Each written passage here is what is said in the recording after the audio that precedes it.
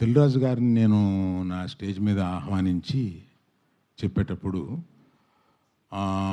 నేను రామ్ చరణ్ని తగ్గించాను అన్న ఒక అభియోగంతో నన్ను చాలా ట్రోల్ చేశారు. మీ అందరికీ తెలుసు. దాని మీద సీనియర్ విలేకరి గారు నన్ను ప్రశ్నిస్తే మిగతా అందరూ ఆ సందర్భం కరెక్ట్ కాదని నేను మళ్ళీ చెప్తానండి, ఇప్పుడు వద్దు, ఇప్పుడు నేను కామెంట్ చేయలేను అన్నాను.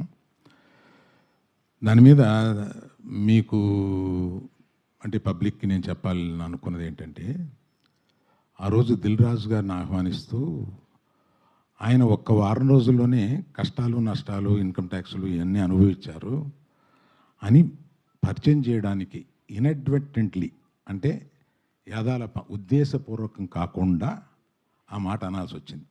దానికి మెగా అభిమానులు చాలా ఫీల్ అయ్యి దాన్ని ట్రోల్ చేసి నన్ను ట్రోల్ చేసి చేశారు. ఫీల్ అయిన అభిమానులకి నేను చెప్తున్నాను, ఉద్దేశపూర్వకంగా చేసింది కాదు. నేను చరణ్ నా కొడుకు లాంటాడు, అంటే నాకున్న ఏకైక మేనలుడు, అతనికి ఉన్న ఏకైక మేనమావని. అందుకని ఎమోషనల్గా చెప్తున్నాను, ప్లీజ్ లీవ్ అస్ బిహైండ్.